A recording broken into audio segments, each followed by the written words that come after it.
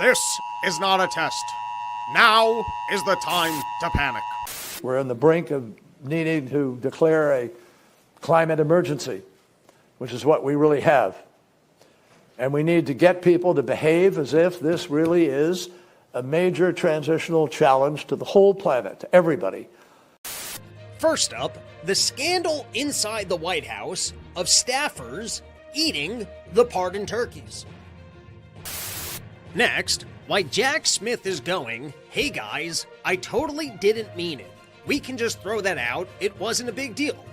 In his next career steps, moving on to write his book, The Deep State Takes Care of Its Own, How I Make Money with Speaking Gigs and Books after a 4-year failed investigation attempt that never made sense.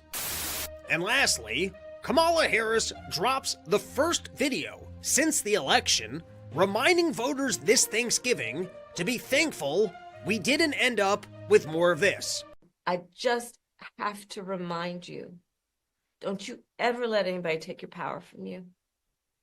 You have the same power that you did before November 5th. And you have the same purpose that you did. And you have the same ability to engage and inspire. So don't ever let anybody or any circumstance take your power from you.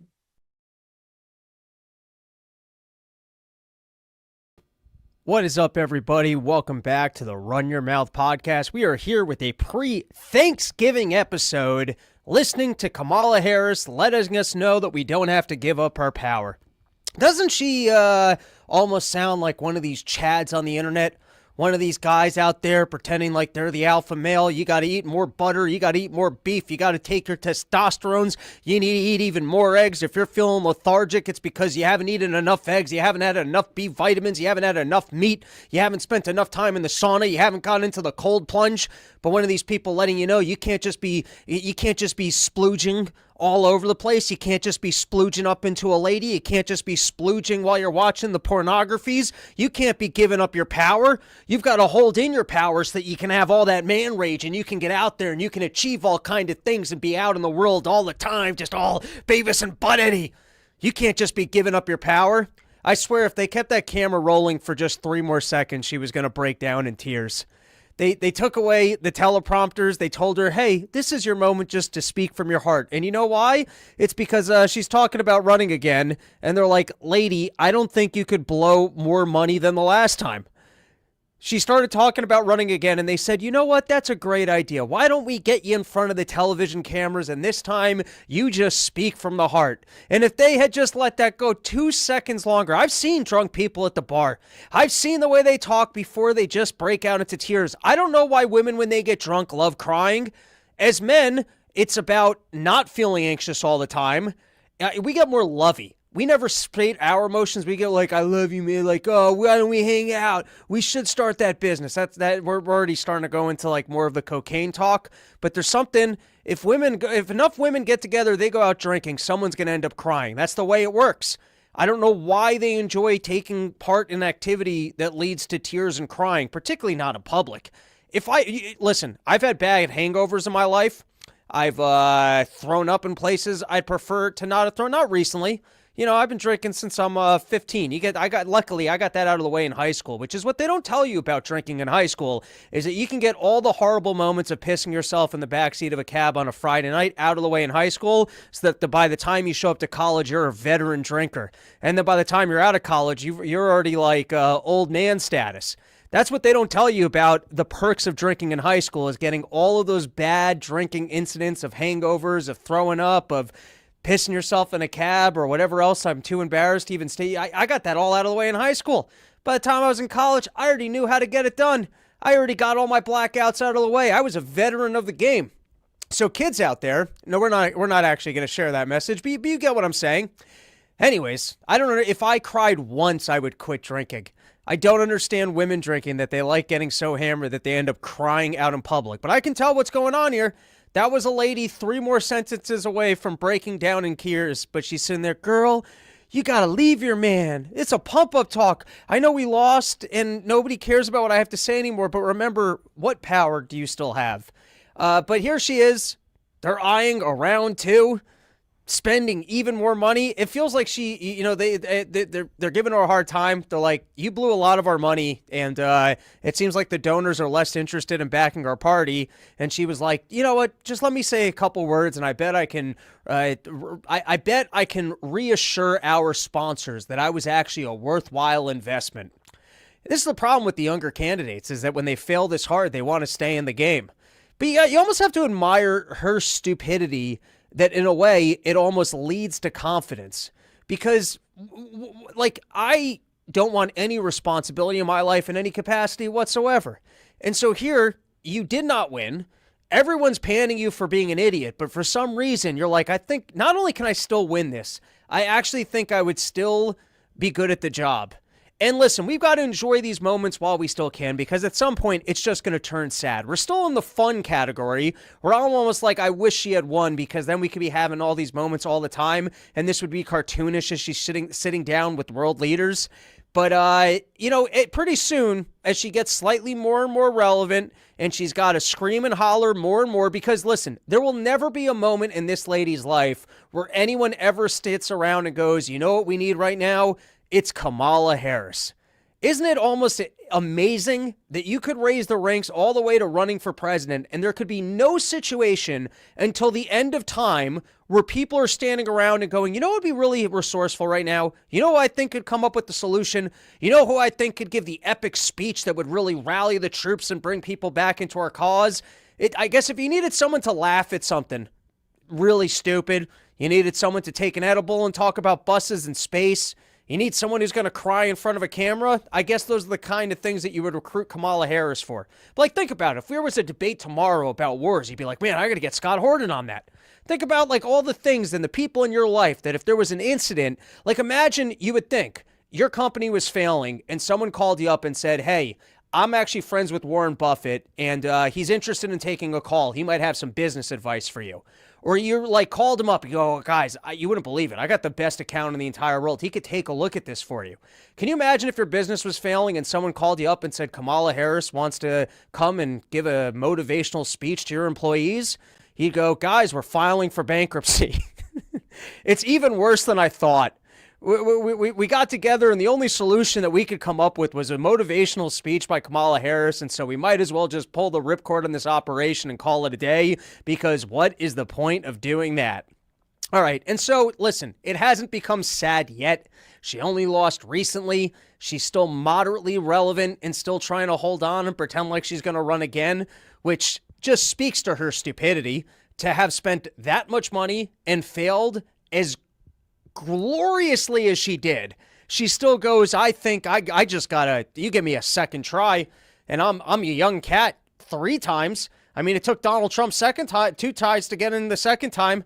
I think I could figure this one out. I just need a second try at it. But we might as well watch this video in all of its glory, because it's still fun and it's gonna turn sad. So we might as well enjoy it while it's still fun. Let's give it a clip or a roll, and you guys can tell me if we have sound, which we better. We better have sound.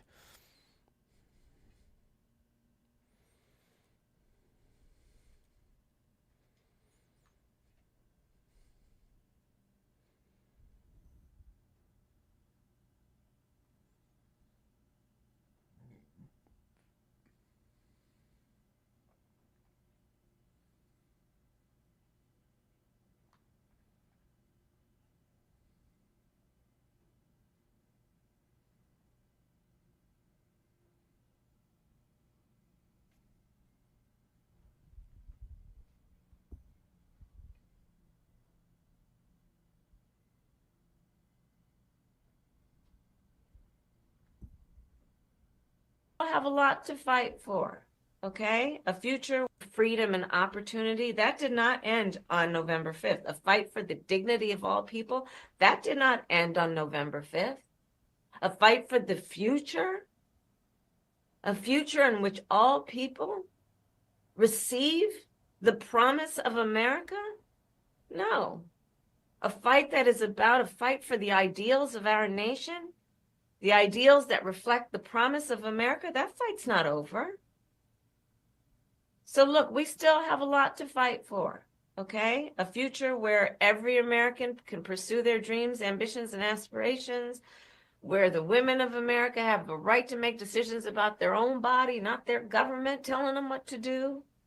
Our fight for the rule of law, for freedom for all, for equal justice. Turn it off was a hilarious comment. And that's a level of drunkenness when you're standing there. Did I just start talking louder? And the leaning in. She almost turned into Biden. She's like a louder, more energetic Biden. Maybe she thought, hey, the way Biden talks, that's enthusiasm.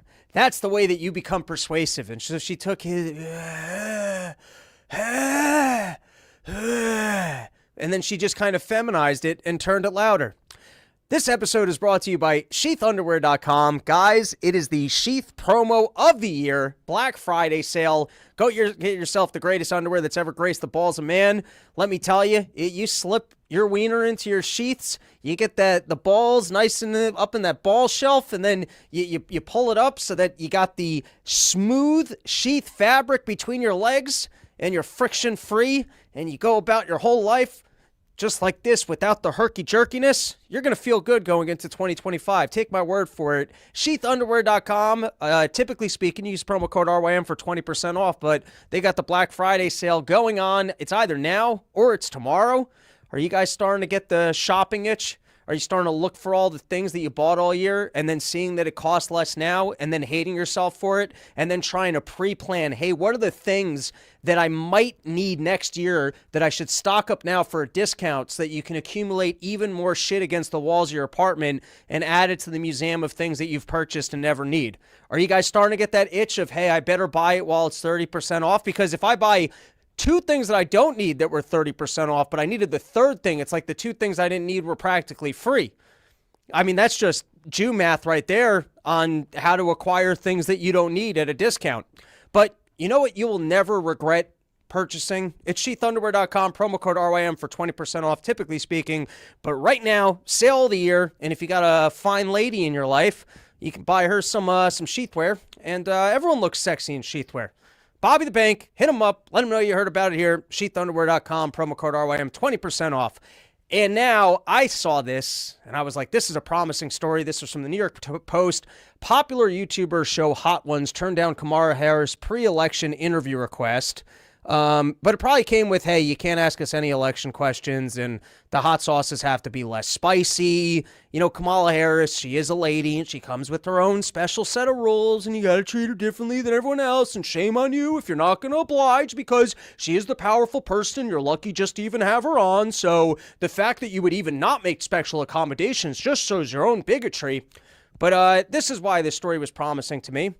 There's even a line here that I think Cutter said on the podcast that the Harris team got that reaction across the board from non-political media, that they were uninterested in engaging in politics. And this is why this is so promising. Because if you guys remember, just 2 years ago with the ESG racket, you would see these corporations getting involved in topics such as abortion and censorship. And you'd be like, you're a business. Why don't you just sell me your product and rob me of my money? Why don't you just do what businesses in America do? You keep me on a line for too long. If I try calling up and, actually filing a complaint, I got to talk to people in India that can't help me. The only way you can get an American on the phone is if you finally actually cancel your service, and then you'll talk to some sales guy and he'll lie to you. And then the next time you try and actually get the service that you paid for, you can talk to people in India again, and then you can cancel it, and then you can talk to an American who will promise you things that you'll never have. And that's the circle of the way that business is supposed to operate. They market it to you. They tell you you're getting discounts. You purchase things you don't need that you're never going to return.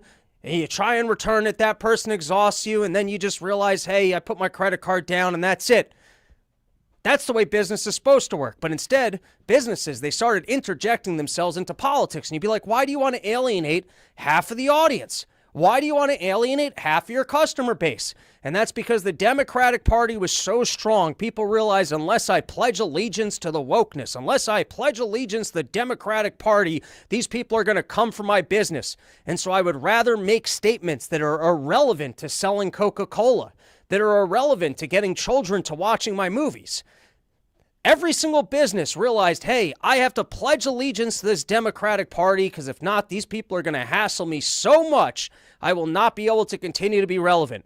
And you get a lot of celebrities that I guess partied at the Diddy's house, went to the Epstein's Island, went to whatever these Hollywood Hill parties were, and everyone was shamed out of being a Republican. You got to get out there and you've got to pitch Kamala Harris. Hey, that's where the paychecks are coming from. If you want to get paid to show up to a political rally, it's going to have to be for Kamala Harris. And so anyways, the same as Washington Post not endorsing her because they realized, hey, I don't think this lady's going to win, and I don't think they actually got that power anymore. It's good to hear that they actually had a hard time just getting on typical media shows because they realized, you know what? I don't want to be in this political process at all. I'd rather just run my business. I'd rather just be entertaining. I'd rather just be my sports podcast, my chicken wing podcast, my talking to celebrity podcast. This entire thing seems toxic, including I have no interest in aligning myself with the Democrats. Doesn't that show you that they're losing a little bit of their power, their stronghold? I mean, we talked about it on Part of the Problem. You heard it from every single commentator, but when you watched that UFC and you saw John Jones proudly going over to Donald Trump, doing the Trump dance and handing him the belt, it felt like the Donald Trump shame had gone away. It used to be only Kid Rock would man up and go, hey, I love this person. Give me some Budweiser money. That used to be the way it was. You had to go down the fringes of celebrity all the way to Kid Rock category before you found people that would proudly go, or the last time it was, man, am I bad with names. It's the guy who purposely plays the bad guy in the UFC in the middle, what's his name? Whatever. Let's move on to our next topic. What do we got? Let's talk about some random stuff. We do have the holiday season coming up, and I know, you know what we're cooking on the news, and it's slightly disorganized the way that we're now transitioning to the random topics, but I was playing the Kamala Harris video in the intro, and I wanted to flow through that one. I wanted to feel the energy and the rage and the hatred straight from watching her to commenting on it, but I do have some random things that I wanted to discuss.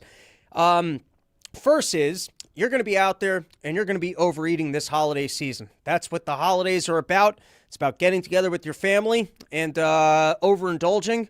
And if you're as lucky as I am that my family does lunch, I don't know why we started doing lunch. I think it's because my grandparents were that old. But we do lunch. That means by 11 a.m., I'm at the house. I'm having a couple of cocktails. I play with the kids in the lawn. My nephew's pretty good at baseball, so we have a good time. I throw some pitches at him. He hits. The other kids, I pretend like they're playing the bases, and, you know, you just tell them that they need to do things. They're dumb kids. You know, it's like chickens. You just get them to run around, and they're happy. And then, you know, you eat your pecan pie, which is the best of the pies. If you're eating any other pie instead of pecan pie, I just want to say that you're doing pies wrong. Listen, I respect all pies. There's a lot of good pies out there. But I'm saying if you got to commit to one pie for Thanksgiving, it's supposed to be pecan pie. It definitely shouldn't be pumpkin pie. As much as I like pumpkin products, pumpkin pie is not a great pie. Pumpkin works very well in a lot of dessert products. You know what's a shockingly good pumpkin dessert product that people don't talk about enough? It's chocolate chip pumpkin cookies. I'm going to go ahead and I'm going to endorse chocolate chip pumpkin cookies. Here's what you know if you ever see a chocolate chip pumpkin cookie. Firstly, it's fresh. People aren't shoving chocolate chip pumpkin cookies into their freezer. They're making them fresh for the pumpkin season. And a couple years ago, you got to go down the Run Your Mouth archive for when me and Yosef were shitting on that they overextended the pumpkin flavors. That there was a time when fall would come around, you'd get a pumpkin coffee, you'd get a pumpkin scone. There was like a 1 month window, basically 2 weeks before Thanksgiving till maybe about Christmas time, where the pumpkin flavors would arrive and it got exciting. But then like the sales coming way too early, people started throwing pumpkin products at you in August, and it didn't make sense in August. And we hit peak pumpkin. They were throwing pumpkin into too much stuff, and it wasn't fun anymore. And amongst all the pumpkin products, firstly, eating straight pumpkin is just psychotic. Pumpkin's got to be cut down with sugar and other ingredients and put into a pastry before it becomes edible. Haven't had cheesecake in a while, but a pumpkin cheesecake can be excellent. Sometimes if it's done well enough, like a pumpkin muffin or a pumpkin scone. But like I said, I am here to endorse the pumpkin chocolate chip cookies. If you ever see a pumpkin chocolate chip cookie, and I don't know that they can be made well homemade, even though typically speaking, a homemade pastry can definitely beat a bakery pastry. It certainly can. It can have a freshness factor, an availability factor, the wholesomeness of being freshly baked and at home. But, if you got a good bakery in your town, they're tough to compete with. And I don't think your homemade, your wife, your girlfriend, your lover, the gay person that does the baking that you're friends with, I don't know who does the baking in your life, but I don't know that they can make a good homemade pumpkin chocolate chip cookie. They might be able to make like a loaf type thing where it's more of like a cake, like a pound cake where you're cutting slices, more like a banana bread. I could see that. But anyways, I was trying to endorse the pumpkin chocolate chip cookie. And here's what makes the pumpkin chocolate chip cookie so good is that firstly, it's only available for a limited time. It has the novelty effect. 2, if it's there, it was fresh, and that the person was engaged when they were making it. It's not like every day when they're just making their sprinkle cookies, their sugar cookies, chocolate chip cookies, oatmeal cookies. They make those cookies all the time. They don't necessarily feel a passion to get it right. But when it comes to that season where you're going to have a pumpkin chocolate chip cookie, they start getting invested. They want to put their mark on this thing. They got some pride for what they're cooking. And now here's the variable that really makes it great is that the pumpkin adds a softness to the cookie that doesn't, a softness and a density and a flavor profile that balances rather well, particularly if you have a darker chocolate. And now if you guys are wondering how much of this pre-Thanksgiving episode I'm going to spend talking about pumpkin cookies, the answer is the entirety of it. In fact, I'm canceling my guest who is waiting in the wings, who asked to come for a third time to let us know how they destroyed nuclear technology, because we're doing a pumpkin episode. I'm kidding. Hang out. But I do have a couple more topics before I get to my guest. Let's take a few comments here. Sorry that I had to give such an impassioned endorsement to the pumpkin chocolate chip cookie. Even I will admit, amidst the topics that we have to discuss and the things I've meandered about for longer amounts of time than were necessary on this show, that was a lot. The duder. I have to wait about an hour to drink. No, you don't. I give you permission. Get after it. Dude, this entire stretch until New Year's is a free run. You don't have to do any work. Go out and get hammered every night. You can convince yourself that once January comes, you're not going to be partying like that. And nobody expects you to do anything at work for this entire stretch. This is the best time of American life, is Thanksgiving to New Year's, where we're all celebrating the holidays. We're all going to holiday parties. And you can drink every night and not feel like you're being an alcoholic. This is the season for it. Gimp gladly, pumpkin bars with cream cheese icing. All right. I see where you're coming from. Dark chocolate, now we're partying. Runaway Slav, dang, don't like being late. Well, you should work on that, because everyone in your life's been talking about it. All right, I do have a couple random topics, then we will get to our guests, and then I have some other things I want to discuss in the news. But, all right, without getting too graphic, because I see there's some ladies hanging out in the chat. I don't want to get too graphic. I had dinner with my grandmother on Sunday. We fought about Israel. That's what you do when you get together with your Jewish relatives. You read up a couple of homeworks about how many kids died that week, who did it, and then you gotta come in with your ammo. You gotta come in prepared. You gotta have an extra cup of coffee. You gotta realize, hey, I'm visiting my 86-year-old grandmother for the first time in 3 months, and I don't know when I'm gonna get to fight this lady on Israel next. You got to look at your Jewish relatives and say, I don't see this person all that often, and if I'm going to sit down for a half hour with this nice and wholesome individual, I better really bring the, hey, you're wrong game. Because I'm not just going to see this person once, twice, 3 times a year and let them just lecture me about how I'm wrong. That's not the relationship I'm looking to have with my relatives. Anyways, ate with my grandmother. I'm driving home, and whatever we ate wrecked my stomach. And without getting too graphic here, I have an observation about public restrooms, which sometimes public restrooms try and make them as non-defecation friendly as possible.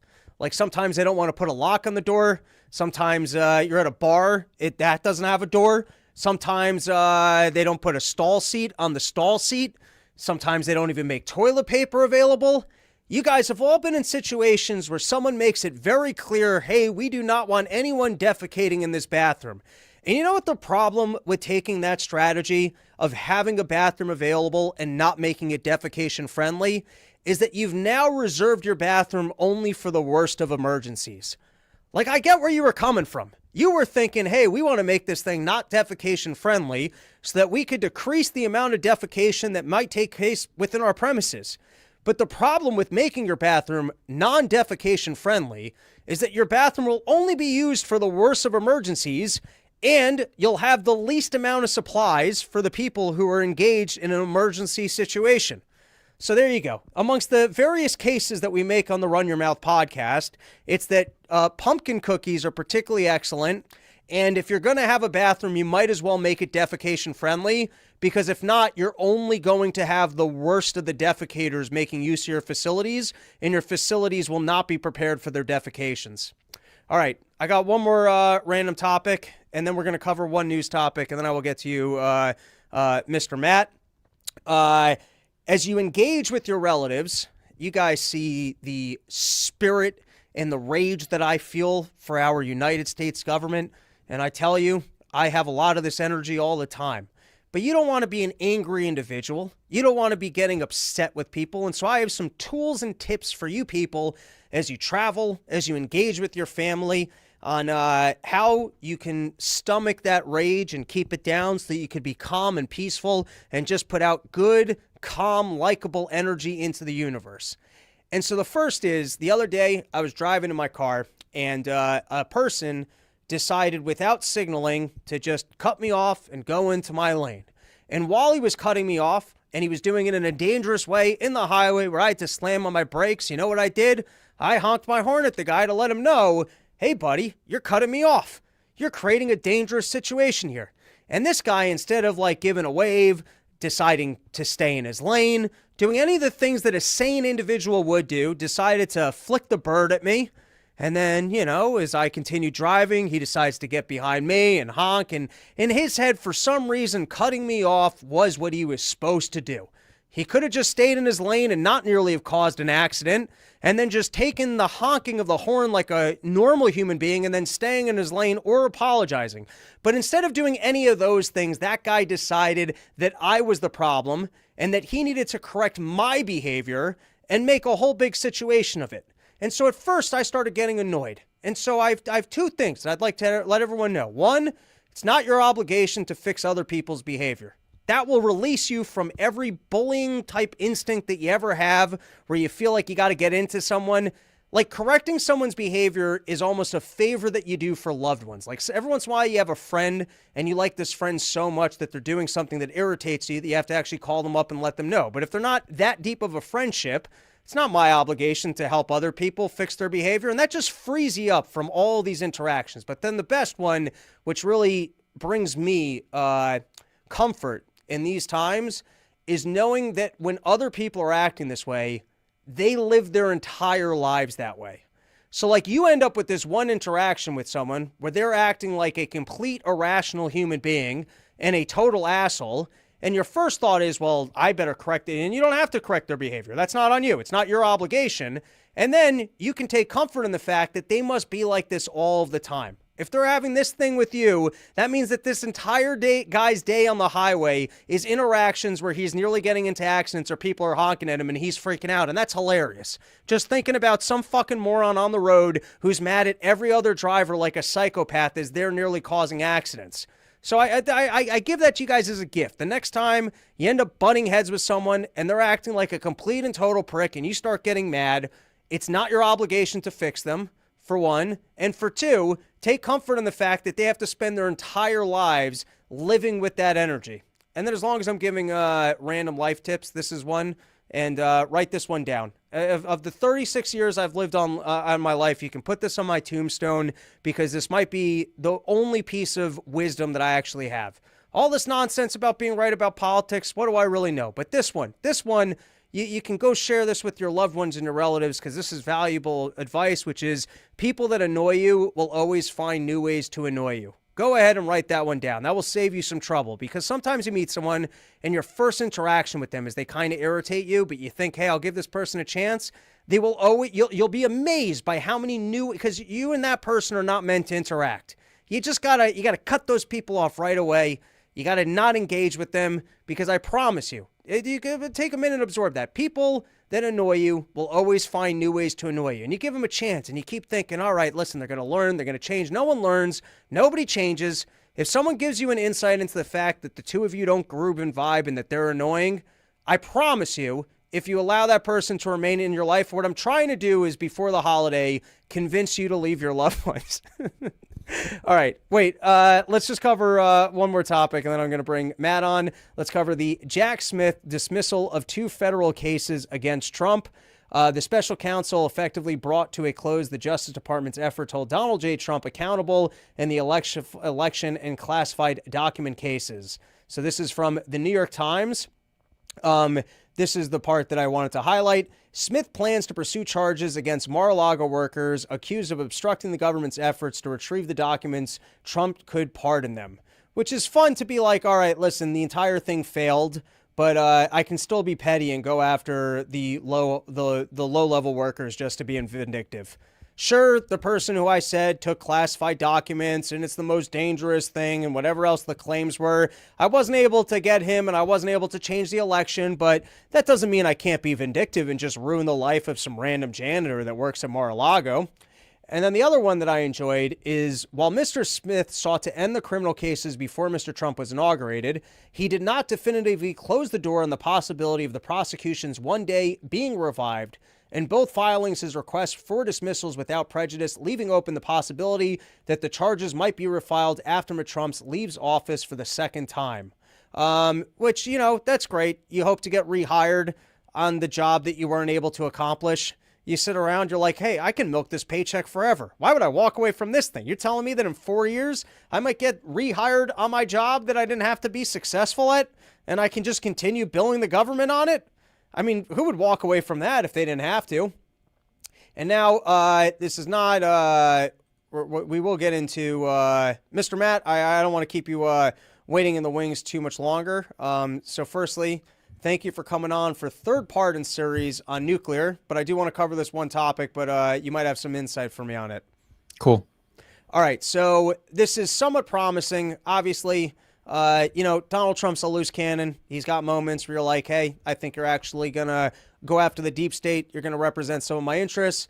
And then you get moments where, you know, he partners up with Fauci, shuts down the country, spends more money than anybody else. And you're like, and, you know, talks about backing Israel no matter what, picks people like Marco Rubio. So, you know, he's a loose cannon. You never know what's coming from him, what he's going to do.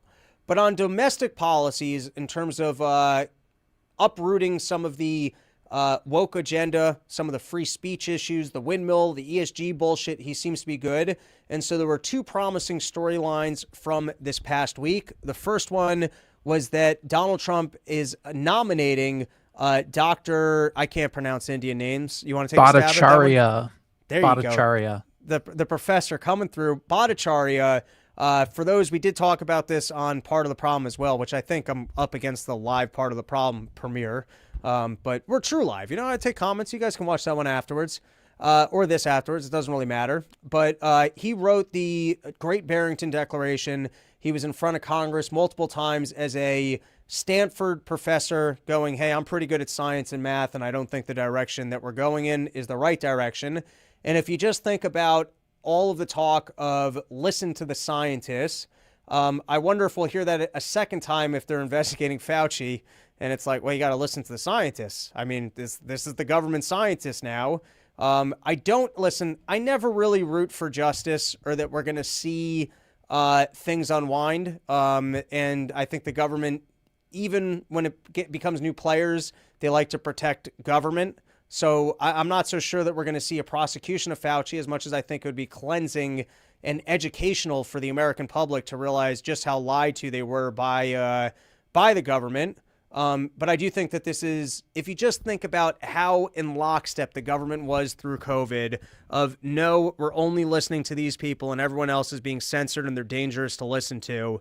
The fact that just a couple years later, the wheel can turn and one of those primary dissenting voices can actually have such a high role in government, to me is kind of promising. You got any thoughts on that, Mr. Matt? Oh, it's beautiful. The FOIA request for Fauci's emails showed that Fauci was saying like, hey, we got to censor this guy, this fringe epidemiologist. We can't let his voice get out there. And now he's in charge of the NIH. So that's just beautiful. And on that exact topic, you've got Rand Paul, who's been trying to go after Fauci forever, saying, hey, this next administration might actually force them to give over some of the information that we've been trying to acquire, and they might actually let us get the information that we need to actually go after Dr. Fauci. If I had to bet, do I think any of this plays out? No, but it is quite promising. Beautiful. Beautiful. All right, and then I got one last topic, and then we will get into the nuclear talk, which was, this was from AOC, and let me be clear. Anytime you hear a politician say, let me be clear, it is followed by nonsense. That is their way of, in their brain, going, oh, I'm about to say something that makes no sense or is a total lie. And so they cue up the words, let me be clear, to try and prime you of, oh, this is the important thing to listen to. And then it's always the thing that makes no sense. And so here you have AOC telling us, let me be clear, that Tulsi Gabbard is actually the most pro-war of any person that could have been put into her position. Let's give it a listen and then we can respond.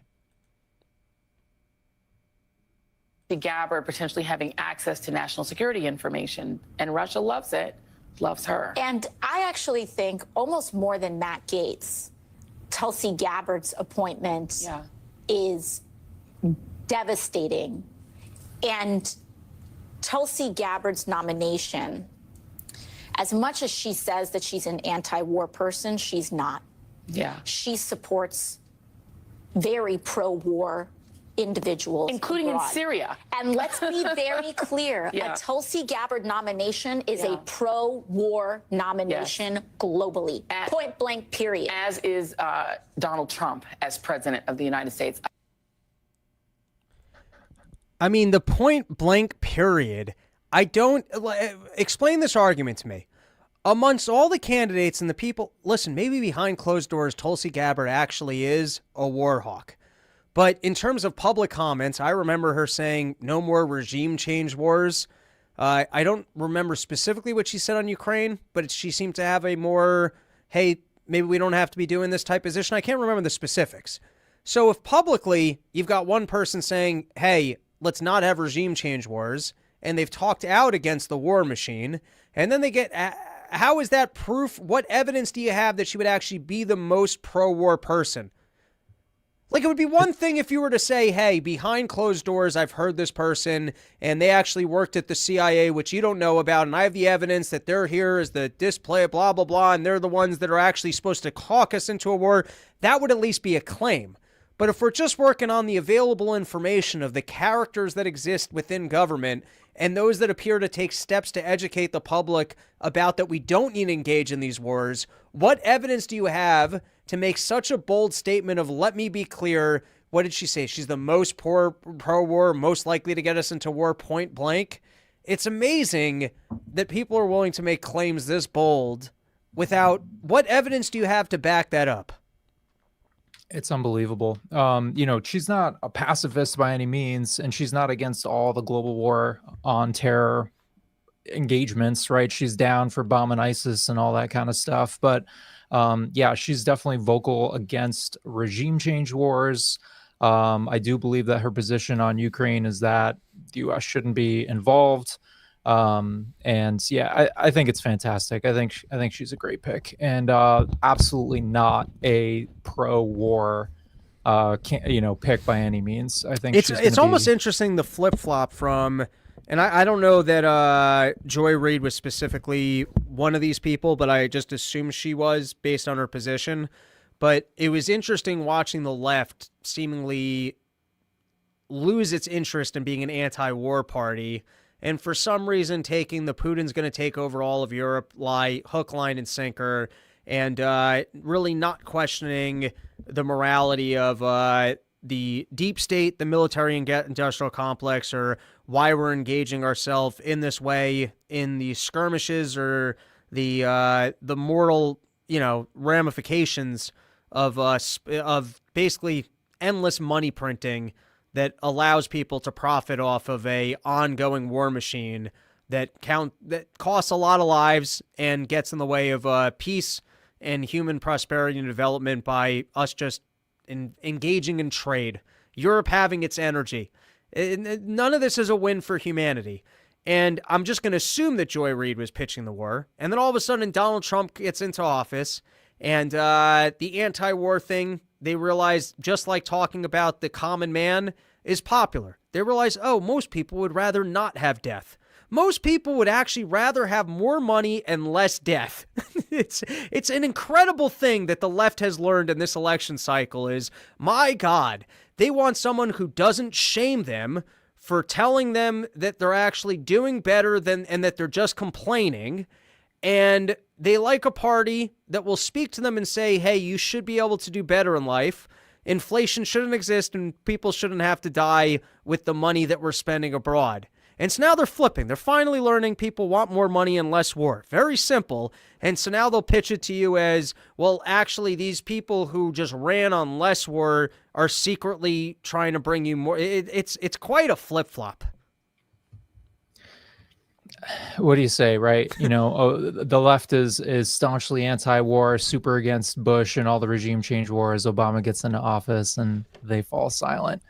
I think maybe AOC's worried that, Tulsi would promote continuing to supply Israel the arms and funding that they need to continue their efforts.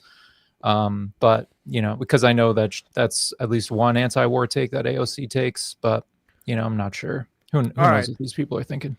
Last in series, and then we'll come back. We'll revisit some of the energy type topics as they come up in the news, or as you finish your course and you want to lay some of the details on. But over the last 3 episodes, we frequently got into this segment. We went a little bit longer, and then being the old Jewish man that I am, I needed to pee. So I did want to do the last part in the series as we explore what energy can do in terms of having economic prosperity in this country. You have some of the details on how government kept us from nuclear technology. And I've said this before. The government uses nuclear technology. Their submarines has it. In some capacity, small modular nuclear reactors exist. And as technology gets better and could have gotten better, we have not invested in what would be a carbon-free asset for abundant energy. And so we've just kind of shelved it. You think of the yin and yang in life, of that with every invention, there's good and bad. With AI, there's an opportunity for us to be able to give a lot of our jobs to robots, and there's also the opportunity for government to track everything that we're doing. And you think about nuclear, and you're like, wow, there was an opportunity for us all to have robust, free, or cheaper energy, abundant, clean energy. And instead, we shelve the good side of it, and we're just like, nah, let's just keep the risk of us all nuking each other to death. Let's get, you know what I mean? Every invention, there's always going to be a good and a bad. The internet brought you the opportunity to self-educate or watch porn on YouTube all day. You can do either of those things. They're both available to you. And government, the thing that we always pitch is us needing, what it did was it said, you know what, we're going to be powerful and we're going to have nuclear missiles so that there will always be risk on the table of us killing each other to death. But the abundant energy thing, that we're going to shelve because let's just not do it. Yeah, I mean, if society has all the abundant, affordable energy that they need, it means we can get very wealthy. And the wealthier society is, the less we need government. The more obvious it becomes that we don't need, a huge government to run our lives. It's real quick, not to derail us too much, but I wanted to start with a correction. So 2 weeks ago, we were talking about electric vehicles. You pitched this beautiful idea. You need to be my energy correspondent, right? Because you're just like 2 steps ahead. My brain hadn't even wrapped itself around that yet of, hey, let's take crappy cars, retrofit them, earn credits, and then sell those to the vehicle manufacturers. And I didn't actually understand that you could do that. You actually can do that. So I think it's a great idea. So I reached out to some Connecticut car dealers, bought Robbie Bernstein's old Subaru. That's going to be the first model that we fix up. and earn some credits and sell that to General Motors. It's going to be fantastic. I like it. As long as I get a check cut out of it, then I'm in. Indeed. Yeah. So I wanted to take this opportunity, given that, Trump is in office now and we're expecting some shakeups. There's actually an opportunity to make meaningful change in how the federal government runs our lives for the first time in my lifetime. And the Nuclear Regulatory Commission, which is the federal body that regulates energy, nuclear energy, is anti-human, I think, to sum it up, right? They basically have killed nuclear since the 1970s. I want to go through a few examples with you to demonstrate just how costly having the NRC in place is, the effect that that's having on society. And a little background there. So we had once we kind of started to develop nuclear technology, the federal government created the Atomic Power Commission. And that was basically the oversight of civilian nuclear power. And they basically said, look, we're in the middle of this Cold War. What we're going to do is only allow nuclear designs that after the nuclear power plant is done with the uranium, you can take that spent fuel and then turn that into nuclear weapons. So we're going to use the civilian nuclear power fleet to feed our ability to make nuclear weapons. And so they only allowed that one, specific set of designs that would provide that fuel. We don't need that fuel anymore. We've got all the nukes that we need. We're not building, tens of thousands of them anymore. But they haven't really approved any of these more efficient, more cost-effective, and just safer designs that have been around since the 1970s. We've known about these better designs for decades, 50 years now.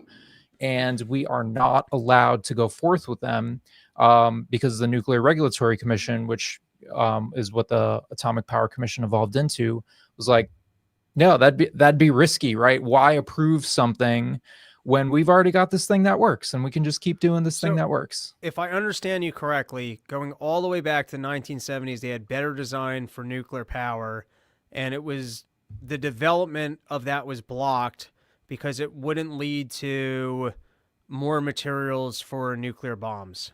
That's right.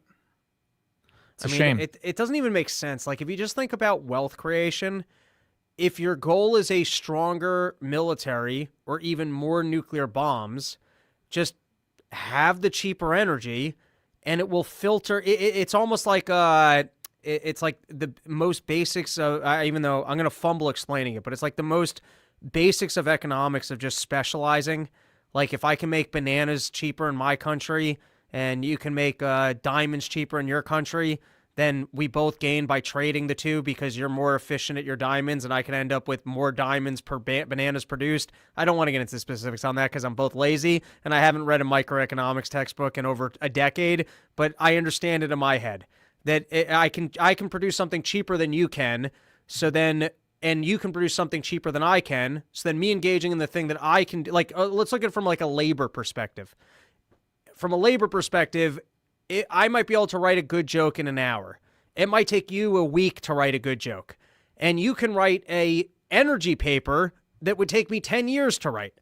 So you might as well specialize in your energy paper. I might as well specialize in my jokes, and we can trade. And then we both end up coming out ahead. So filtering it back, and maybe this isn't explained perfectly, but if you're the government and you need money in order to have a strong military, well then having the most efficient energy forms for the public to then produce goods that you can tax will generate more money for you. And then you'll end up with the stronger military. It's not even in your own interest. It's like each branch of government's got to fight for its own little slice of relevancy.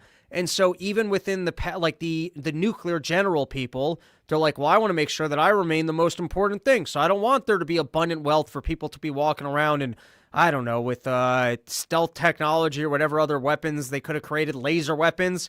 They're like, I want to make sure that nuclear is the most important. So even if it means that everyone's got to be less wealthy with less energy, I want to make sure that the nuclear weapons are the important things so that I can remain important. And then if you think about how every branch of government does that across the board, and it's not even in the general government's interest, it's just in their specific department's interest of being more powerful, by stifling everybody else. That like, and that's the core of government, is that they're not about creating value. They're about force so that they can remain with their slice of power. It's such like a remarkable, if you just think about the stupidity that we could have had better energy and they prevented it just for their own slice of pie to be more powerful and go, nope, no nuclear power plants unless it leads to filtering into my weapon system. It's criminal. No, preach, man. I'm sharing my screen if you can bring that up. Yeah, and I'm curious to know, and how damning is is the proof on, I guess, the fact that there were like safe or good designs? Is that debatable? Well, or like if I brought another scientist on, would they say, oh, hey, those designs actually would have never worked? No, not debatable. These designs are essentially what we're just now starting to get reviewed at the federal level for like the small modular reactors.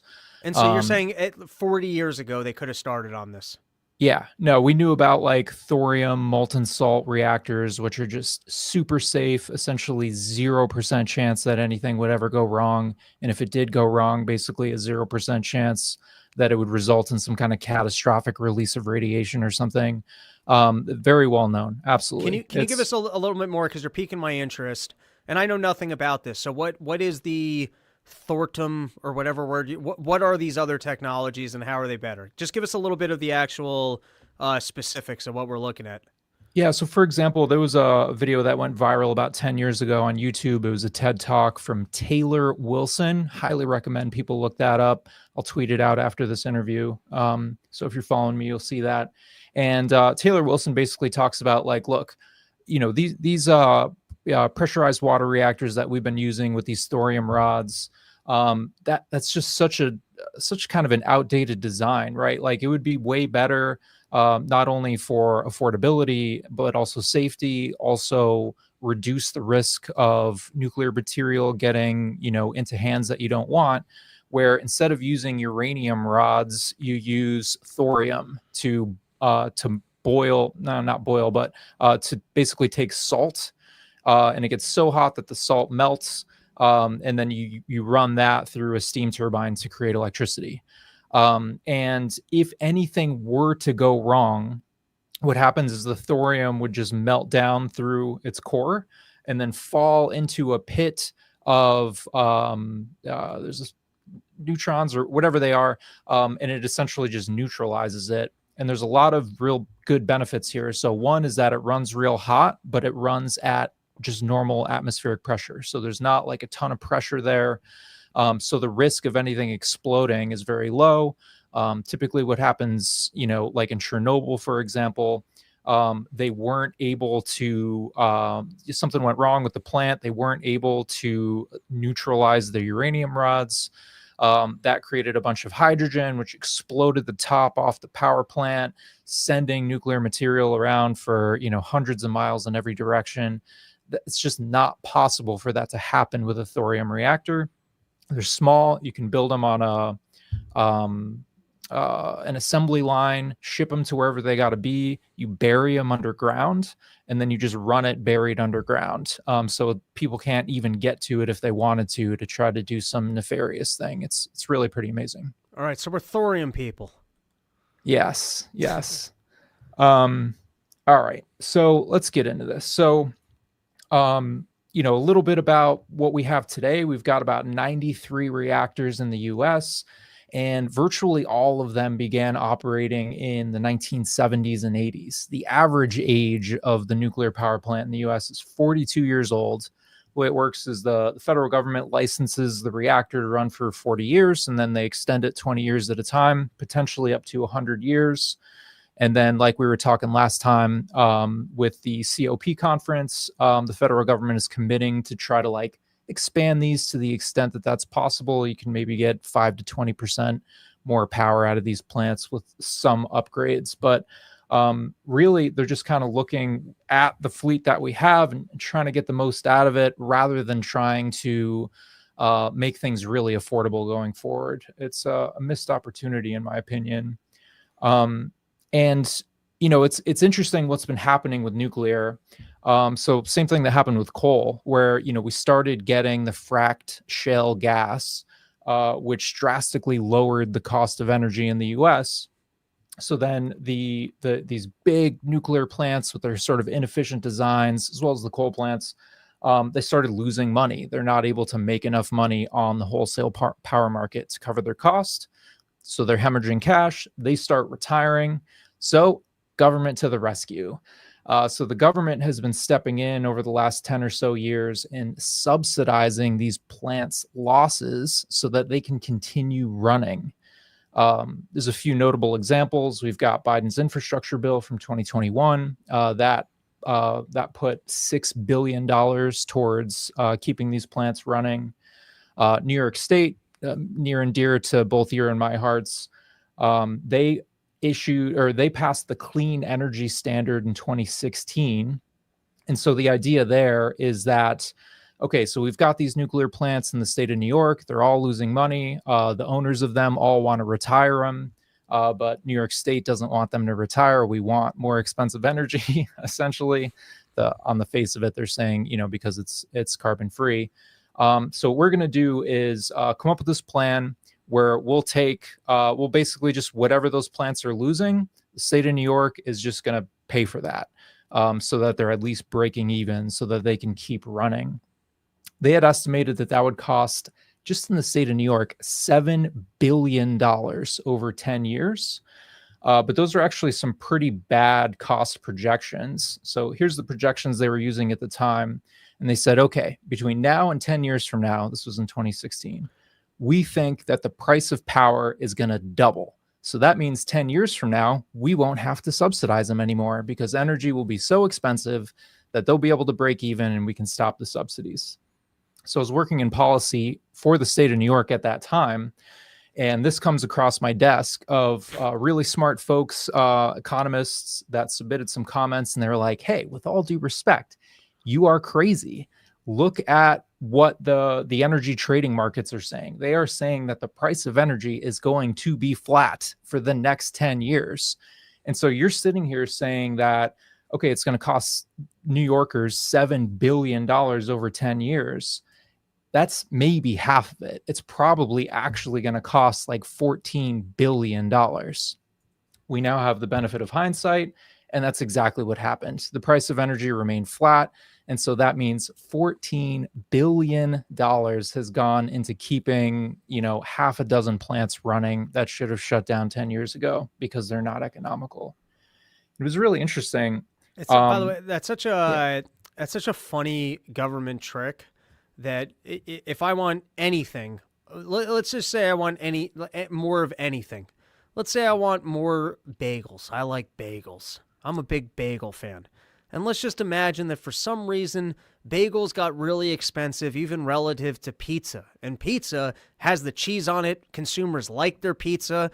And I step into this, I go, my God, every bagel place is going to shut down because pizza's become so much more popular because it's a cheaper product that has more going on for it. You can even get pizza with toppings for just the cost of a regular bagel. And so I go, you know what? Here's what I'm going to do. I'm going to step into the market and I'm going to subsidize bagels. And to say that that my subsidizing of bagels makes sense is because I'm predicting that the pizza price is going to get out of control. So my subsidizing of bagels is actually going to, maybe I might have just talked myself out of this, but no, because if I just make the projection of that pizza will be more expensive in the future, then the amount that I'm subsidizing the bagels relative to the pizza starts making sense, right? Because let's put numbers to this. Let's say a slice of pizza is 50 cents and the bagels are $1. So I go, all right, I got to subsidize each bagel by 50 cents, that it becomes 50 cents. But then if I can actually look at a chart and go, no, pizza costs are going down, and I'm projecting that there's going to be 25 cents, then I got to subsidize each bagel at 75 cents. But it's easy to just make up the projection of, even if it's not even if it doesn't check out, you know what? I'm an idiot. Yeah, let's just delete my whole pizza bagel thing. Pizza bagels for the win. I think that's the answer. All right, fair enough. We can just merge the ideas and go pizza bagels. Anyway, I'm not going to interrupt you again. That was moronic. No, you're good, man. That's you bring. If it was just me talking, no one would be listening, man. So fair enough. I don't know that that's true. We just got to let people know that you're the energy expert. I appreciate that. And so now that, we're coming up on 10 years of this program, they're like, this is great. Let's extend it for until 2029. So that's probably going to cost another $3 billion, which is wild. And then there's similar bailouts in other states that are facing the same kind of issues. So who ends up making, is that just cash to the Koch brothers? Like their nuclear power plants would be down, and now government basically steps in and goes, "Now you should still just have your profits, even if this isn't better for the market, and people could have their cheaper energy from other places." Or, I mean, classic capitalism: the people that are getting you cheaper energy can make more money and have higher profits that they can invest more into bringing you more cheap energy. So instead, let's help out the bad products. So the bad product can stick around and reduce the profits for the other people who are able to do this better. It's all that money basically just gets funneled to the big power companies that own these plants. So it's pretty wild. And one thing before we leave this particular topic here, is that, I'm working for I was at the time working for the policy arm for energy in the state of New York. Wait, I'm sorry. This is my ADD. So when you guys put that forward of, hey, this is just wrong, we're the economists and we're the energy people, and you've built your entire policy amongst a wrong assumption, do they just go, well, we don't want to hear that? Like, what actually? That's exactly it. No, they just ignore it. Yeah, they just ignore it. Yep. Yeah. Yep. They go, thank you for that input. We're going to pretend like we didn't hear it. Yeah, and it actually came from a renowned organization that has a lot of clout within the state of New York, doing market monitoring, making sure that there's no funny business in the energy markets. So this is literally their job, is to look at this stuff and be like, whoa, guys, hold on. Let's turn the red flashing lights here. This is not going to work.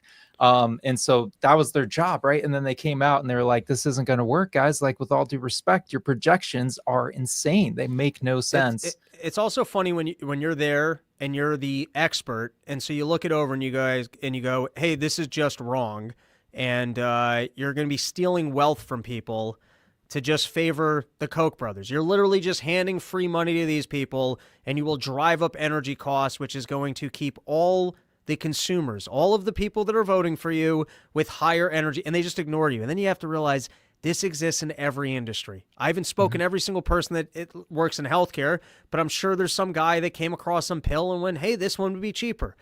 We don't want to hear that. And then you just realize government's only here to introduce force into the market so that private individuals can make more money at the expense of all of us. And that this happens in every single industry. And it's so interesting when you get to hear from someone who was literally there. I am the expert, and I'm looking this over, and I'm telling you that this is fraud and that you are just creating more money and profits for these individuals. And then the watchdog group that is supposed to be there specifically to protect for this goes, no, we're playing the game here. And that's why we're here, is to pretend like we looked it over and actually support. And then some politician gets to go up and go, as endorsed by the watchdog group. And that's why we need to do this for all of the people. It's such a, it's remarkable when you can actually hear the specifics from people that lived it, because then it's undeniable. The agency that I work for that basically put forth this program, in their mission statement, it's like, we're here to protect the customer and we're here to promote market competition. And then they just do the opposite every single time. As the meter terms, here as a whistleblower of the energy industry. It's crazy. The icing on the cake for this one is that so the utility companies of the state of New York were like, crap. So that means to pay for this, because the utility companies have to collect that money from customers, from just people in the state of New York, on their utility bills to pay for all this. So they said, okay, everyone's bill is about to go up somewhere between 2 and 10%. Customers are going to be mad, and we want to be transparent about what's happening. So they added a line item on your energy bill to say, this is for the clean energy standard, to bail out the nuke plants.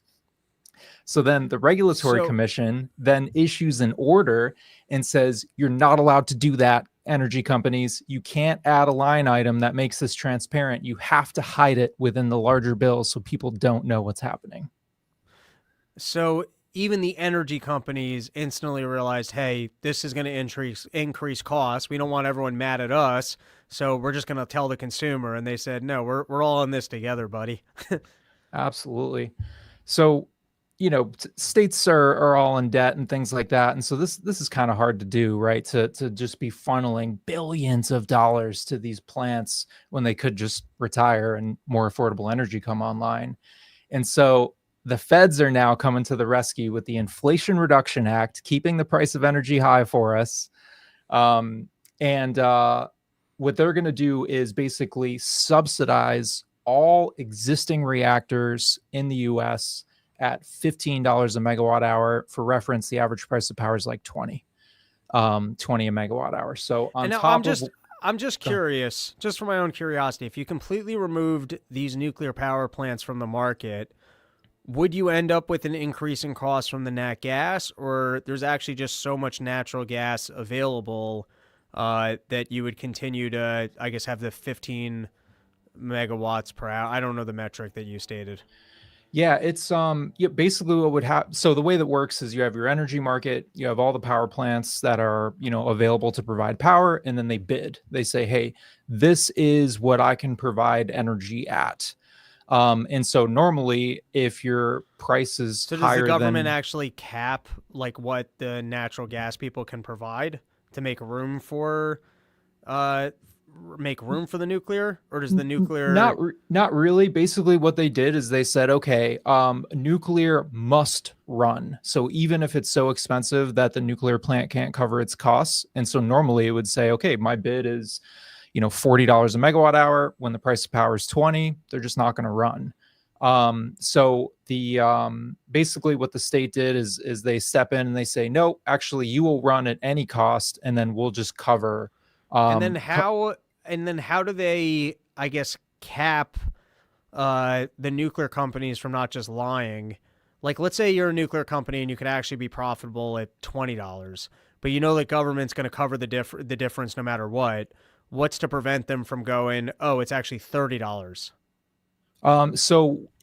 In most power markets, they're actually ran by the states or by a collection of states participating together. And there is a market monitor that checks everybody's bids, and they know what it costs to produce power. And so if you're not bidding roughly at what they think you should be bidding at. But once you're at this level of shenanigans, and there aren't that many nuclear power plant providers, what's to keep the collusion of, let's say there's two nuclear power plants. You got the Koch brothers and the one other guy. And so the Kochs call them up and they go, all right, the government's going to cover the difference. What are you putting in? Hey, why don't we both say 30? All right.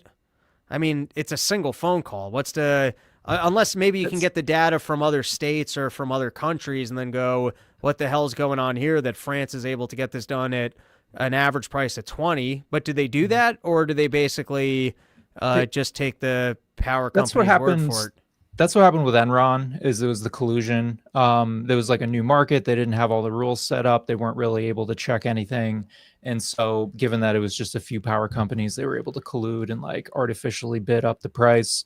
But now you have market monitors in these markets that actually know what it costs. And they're, I guess, somewhat effective. All right.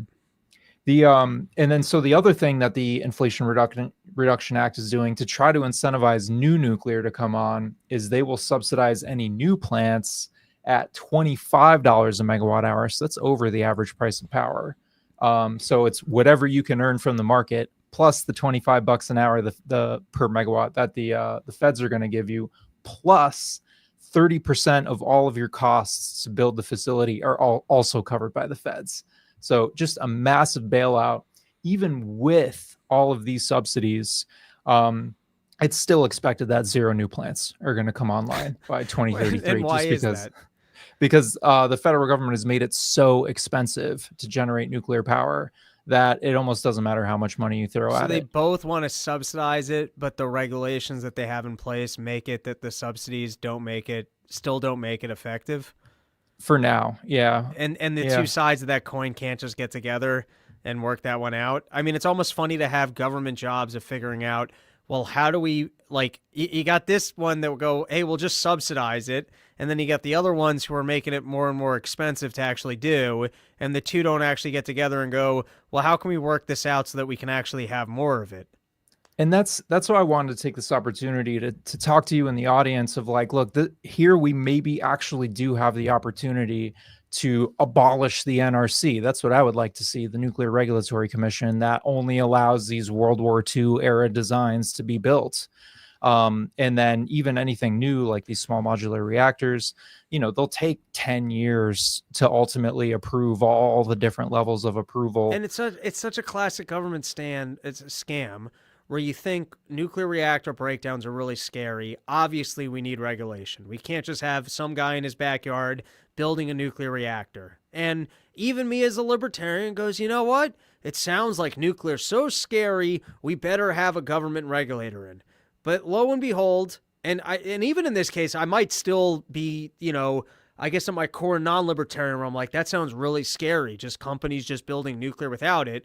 But the Nuclear Regulatory Commission got rid of the safer, better technologies and only allowed for the one that would have let them, continue to have nuclear warheads.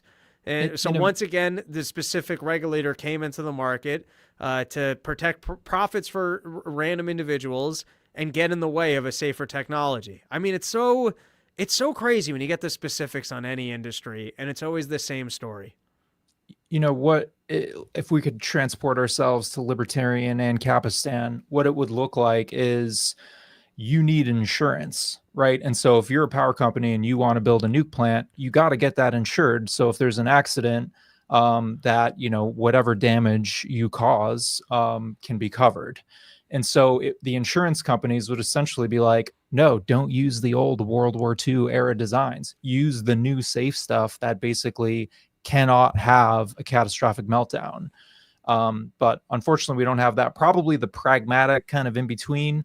And what would be the law enforcement mechanism for insurance? Like, because I guess as a theoretical, I could be, a gung-ho capitalist and I just go, I'm self-insuring. Like, what would be the market mechanism to say you're not allowed to build the power plant unless you have the proper insurance? Wouldn't that then just kind of become another government function? I think basically the risk of the liability, right? So if you don't have the right amount of insurance and something goes wrong, you're done, right? You're going to be sued for billions of dollars to clean everything up. You're bankrupt and you go to wherever, or you just have some dumbass who just imagined it would never happen. We've all seen dumb, I guess I'm just wondering in Ancapistan, what is the market mechanism to ensure that people actually have the proper insurance? Yeah, that's a good question. I haven't thought too much about that. I do think that can be worked out. But let's just transport ourselves back to the real world.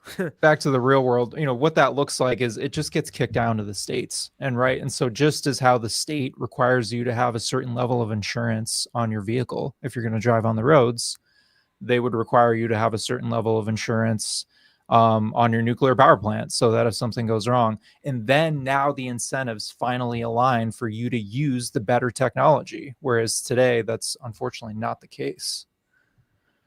But yeah, I just thought that was rich. We're talking about the Inflation Reduction Act. For anyone interested, back on January 18th, Robbie had me on a episode called Windmills Lost at Sea, where we see a very similar theme, the Inflation Reduction Act just driving up the cost of everything that it touches, and just doing the exact opposite and causing massive inflation to the point where it's just completely breaking these markets and making this infrastructure unable to be built. So I want to talk a little bit about this history, just a couple of examples that we can then use to shine light on why the market is essentially broken right now. So we had 3 Mile Island, the power plant in Pennsylvania, had a partial meltdown in 1979. There was a valve that got stuck, so the plant couldn't cool itself. So the uranium got really hot, melted down like a couple of inches within the reactor core, which is exactly what it's designed to do. The reaction then stopped, again, exactly what it's designed to do. There was a minor release of some radioactive gas that came out from that plant. But officially there's no deaths or injuries or any adverse health effects that have occurred because of that.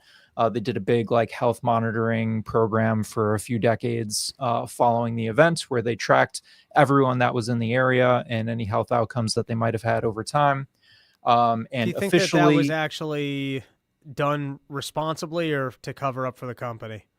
I think it was probably done responsibly because they could sue the company for any losses, or their insurance I company. just however remember, that works. I don't know the specifics, but I think it was JD Vance on Rogan when he was talking about that he was fighting to basically just get the funding to properly monitor a control group after the train leak. Yes. And essentially he wasn't able to secure the funding.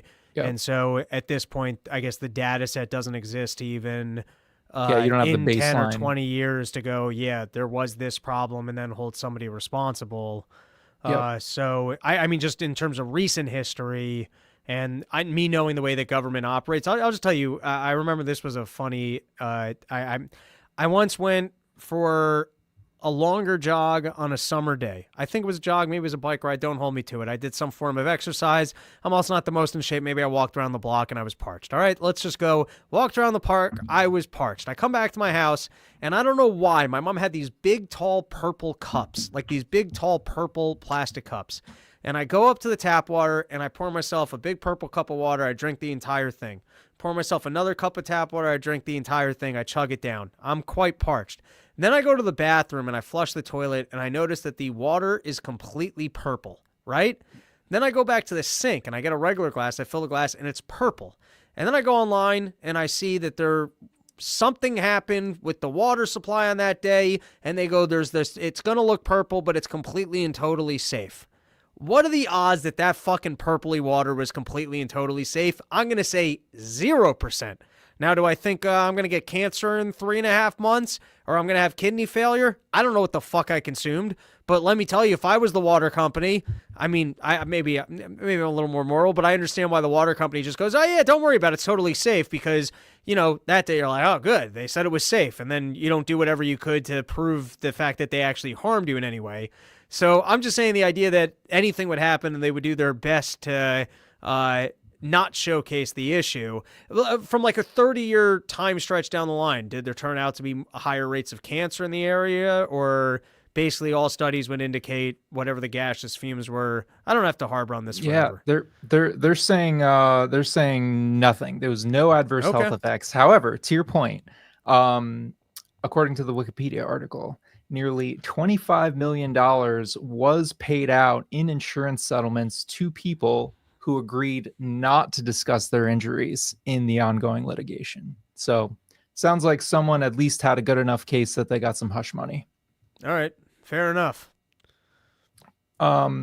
So in response to 3 Mile Island's partial meltdown, which again basically worked as designed, it wasn't catastrophic. The Nuclear Regulatory Commission, which had been in existence for a few years at that point, they said, actually, you know what? We're going to change the rules mid-flight. So you already had several nuclear power plants that were already approved and in construction. And then the Nuclear Regulatory Commission said, just kidding. You have to do all this new stuff. That resulted in massive cost overruns and delayed projects. But to tee up the next example that I'm going to give, again, another one that's close to our hearts in the state of New York, they then said, okay, so before what you had to do was get approval by the NRC in permits and all that stuff to build your plant. Now what we're going to do is, even though you've already been approved and even though you've already started construction of your plants, we're now going to layer on another layer of approval from the state and local governments. So now you have a whole new set of bureaucrats and politicians that can say yes or no to your plant. And unfortunately, what happened was in Long Island, New York, they were building the Shoreham nuclear station. It was fully permitted, fully built. It was completely built. They were about to go online. So it was fueled. Everything was running. They're about to throw the switch and start providing that power to the state of New York.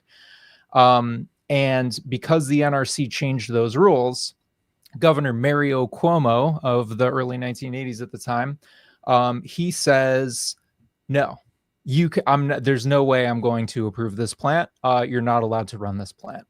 And so the Long Island Lighting Company, which owns the grid in Long Island, or did at the time, and were the ones that built this plant, they instantly went bankrupt because they had, invested like $3 billion into this plant, and then couldn't use it.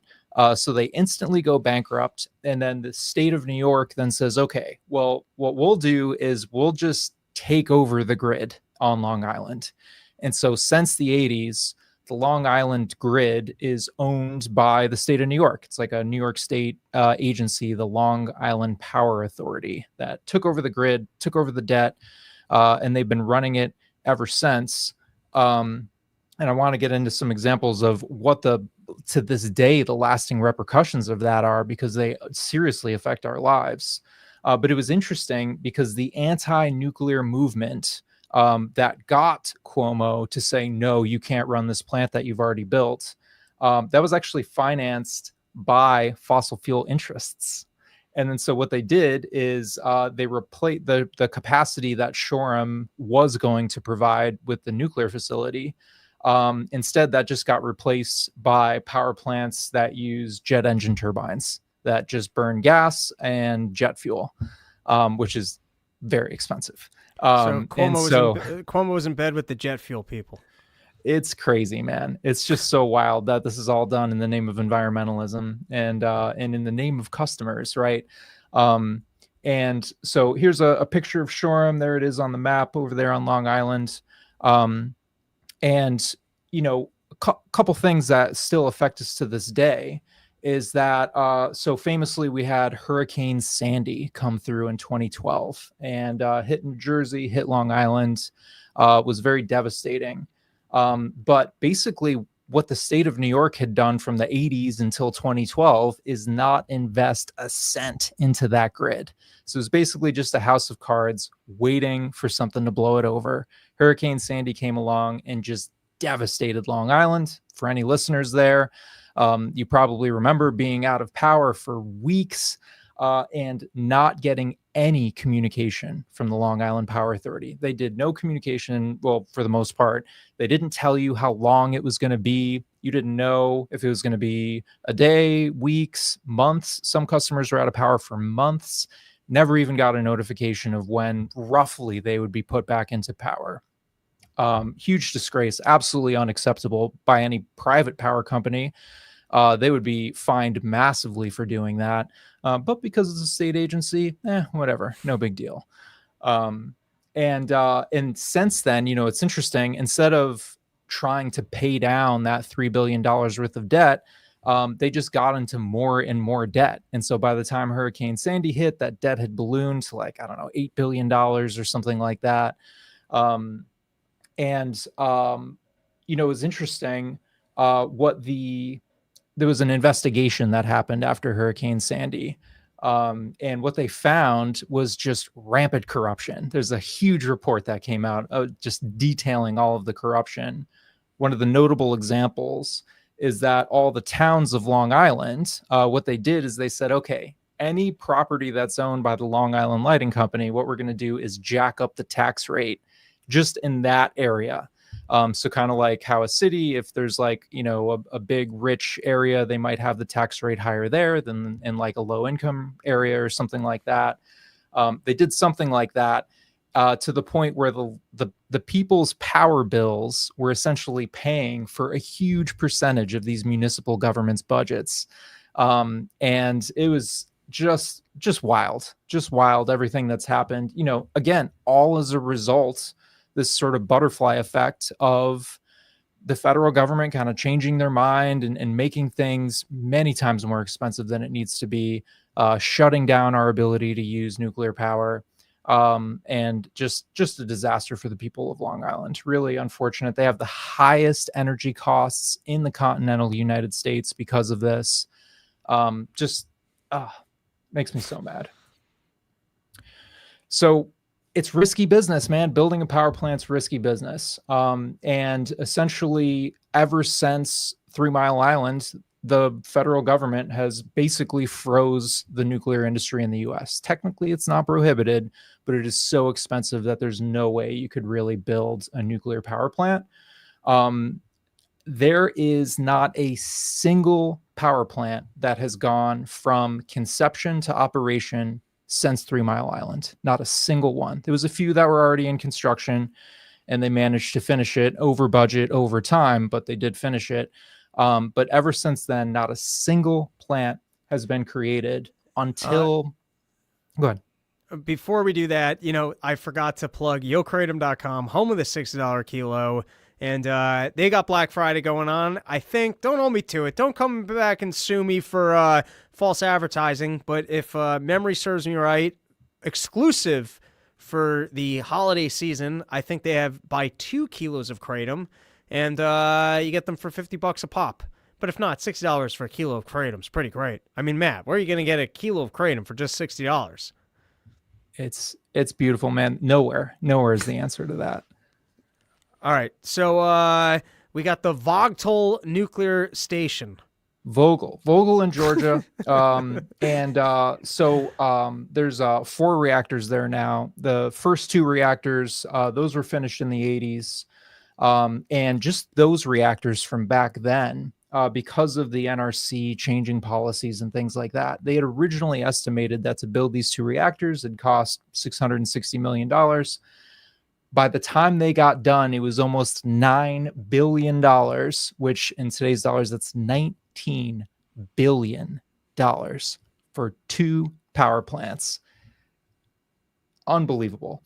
And then so they just recently completed 2 more reactors. They actually just came online this year. And so these are the first reactor units to come online since 3 Mile Island, to go from conception to operation since 3 Mile Island happened.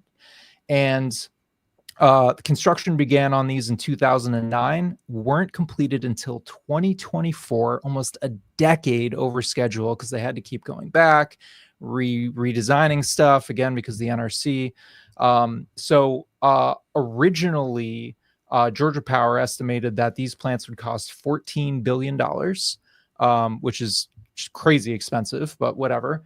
They ended up costing $34 billion for 2 power plants. Keeping in mind that. And this was all out of the government's pockets? No, because Georgia Power is a regulated utility. They own the grid. They also own power plants. A lot of the country has done away with that, where if you own the grid, you can't own the power plants. The power plants actually have to participate in a market and be economical. In Georgia, that's not the case. And so the Georgia Power customers have to pay for this. And so what, they have the second highest electricity rates after Long Island? It's pretty wild. I don't know exactly what their rates are, but yeah, every few years they'd have to come back in and be like, hey, this is going to cost more than we thought. And then the regulator was, essentially, I don't want to say throwing good money after bad. Right. That's what comes to mind. But up shit creek. Yeah. I mean, you've already invested $14 billion. What's another few billion? Few years, what's another few? Few years, what's another few? Right. At that point, you're $30 billion in. You need another 4. Okay, whatever. They did end up receiving about $12 billion in federal loan guarantees because they otherwise wouldn't have been able to borrow the money, because that's just crazy. So the Fed stepped in. Let's just recap a little bit. So first we have the Regulatory Nuclear Commission doesn't allow for nuclear power plants unless it's got a design, and that's on the federal level.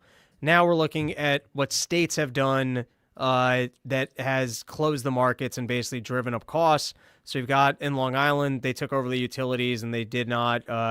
They purposely went with the more expensive option because Cuomo is colluding with the jet engine people.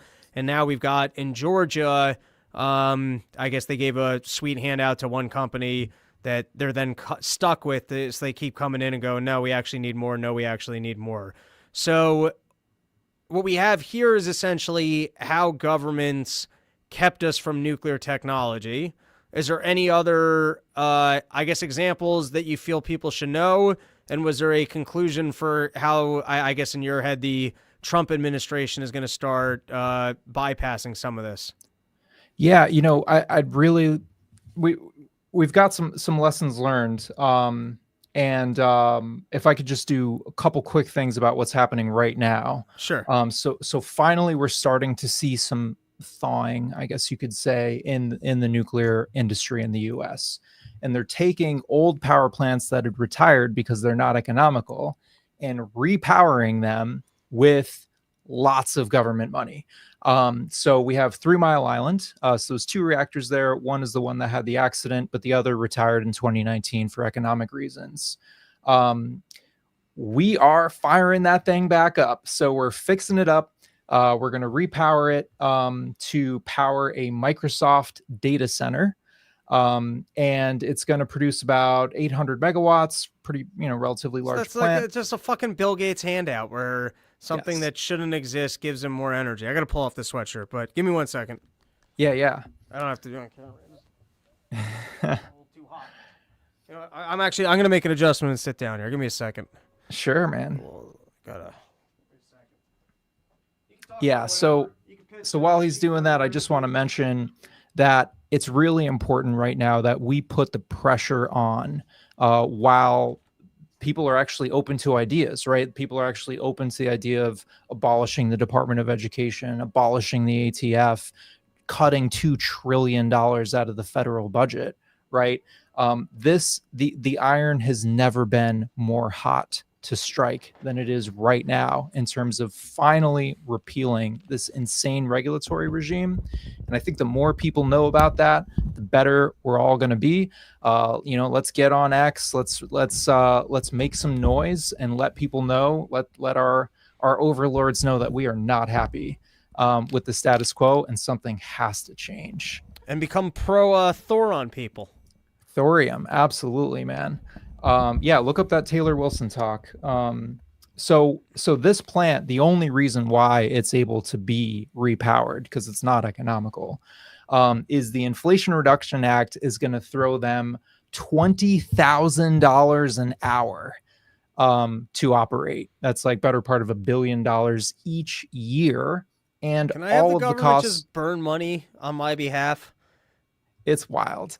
and of the cost that it's going to take to repower this thing, again, which is not economical, they're going to try to help offset that by saying, okay, 30% of the cost the feds are going to pick up, which is just wild. And then one more that's happening right now is in Michigan. There's a power plant called Palisades. It retired in 2022. That's going to receive. Go ahead. In your opinion, so what's the better way? We just let, I guess, natural gas get more aggressive, so we have more natural gas on the market and it's cheaper. What is the clear-cut path for cheaper market energy? Is it just open up nat gas? What is it? Well, there's markets, right? There's a power market, and the most efficient power plant gets to run.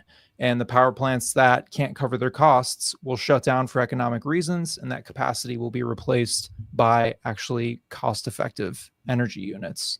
That's what needs to happen. And then with nuclear being so unprofitable against these others, what needs to happen there? Does the military just need to leak its technology to the private market on how to do a small modular nuclear reactor? We know how to do it, man. These designs have been around for 50 years. But I thought you said that it would be even with, I guess, the current nat gas prices, those are too expensive, but it's basically an investment into the technology getting better. How do you do that without government subsidies? You can, there's a few things you can do. I'm going to get to that in the next slide. Okay, sure. Wrap this. So this Palisades repowering, in addition to all these subsidies, $19,000 an hour, 20% of your costs covered by the feds. The state of Michigan and the federal government, they're also giving it a $1.3 billion grant by the feds, $300 million grant by the state of Michigan. And then the feds are floating them a $1.5 billion loan to try to get the capital that's going to be needed. Just keep in mind that a new gas plant. And if it doesn't work out, then just some regulators got to turn around and go back to someone and go, whoops, need a little more money. And just keeping in mind what we mentioned last time, a new gas plant of this size is like $1 billion, right? And so we're just in grants alone, more than that, right? Between the federal subsidies were multiple times that, not to mention the ongoing subsidies. It's just really wild what they're doing to keep energy expensive. So here's some action items. So I'm basically just stole all this that we're about to get into from the great Alex Epstein of energytalkingpoints.com. And he's been talking about this for a long time. Highly recommend people get his book, Fossil Future, which I'd love to get into in the future with you. I'll send you some ideas to talk about his book. But basically, nuclear energy, it has limitless potential. If you look at its track record, is the cleanest and safest form of energy ever made, even safer than solar plants and wind plants, because people die during the construction of those. Some accidents happen even with those. And nuclear is just by far the safest. And we need to eliminate the overregulation of nuclear. Alex refers to it as nuclear has been criminalized, which has drastically affected the cost effectiveness. It used to take about 4 years to go from, hey, I have an idea for a nuclear plant until that thing is running. But basically under, sort of today's regulatory environment, it takes several times that. Vogel took, almost 20 years. And, the technology has improved. It should be like even quicker and even less expensive. Prices have 10x'd from what they were before all the regulations were introduced. Of course, that should have gone down as technology improves. I love this chart here. The blue dots, for our audio listeners, basically it's showing power plants that were completed before 3 Mile Island, and they're all these blue dots in this relatively low cost range. And then you have these red dots, which were power plants that were completed after 3 Mile Island. And it is just multiple times more expensive, 10x, 10x more expensive to build these plants under today's regulatory environment, which is why we don't have abundant, cost-effective nuclear. I don't think that government is going to really give us the answer if it's, hey, let's step in and help this technology, unless, of course, it's just to get out of the way. That's the answer. But the federal government, state governments, they're stepping in and they're like, hey, we need new subsidies. We need new government funded research. That's how we're going to solve this problem. But no, the problem is due to overregulation. So getting regulators more involved is not the answer. And Alex has some real specifics here. What he's calling for is, hey, look, we need to have some congressional hearings where we can actually lay this out on the table, present the facts, have arguments about it. And specifically what he would like to target is what we call the linear no threshold model. So you're exposed to radiation all the time, right? You take a flight, you get tons of radiation being in the air, flying at really fast speeds, walking around, being in your basement, digging a hole, coal, gas, that's all coming from the ground. So it's got radiation with it. And that's not really, the radiation there is not regulated. And what the government does with this linear no threshold idea is they say, okay, so a nuclear bomb would kill millions of people. And so if you release the amount of radiation that's like 1/millionth of a nuclear bomb, you're going to kill hundreds of people, right? Which is just not true. That's like, it's noise. You can't even detect that small amount of radiation. And so we need to get rid of these regulations that are essentially saying, look, you need to have absolutely zero radiation from anything that you're doing, which is not practical and why it is so expensive. You have to over-engineer the heck out of everything. Your operations when you're refueling or running the plant have to be so airtight that you just can't do it economically. Right. And so you need to kind of relax that a little bit and say, look, if a molecule of radiation escapes this facility, it literally does not matter. It doesn't matter. You're exposed to more than that just in your day-to-day life. So let's stop pretending like it's the end of the world. I spent a lot of time as a kid watching nachos turn in a microwave. So yeah, right. Exactly. And then also the licensing. Right. The licensing is just insane. We need to step in and say, look, we're not going to do this anymore, where it takes 10, 20 years to get approval to build a plant.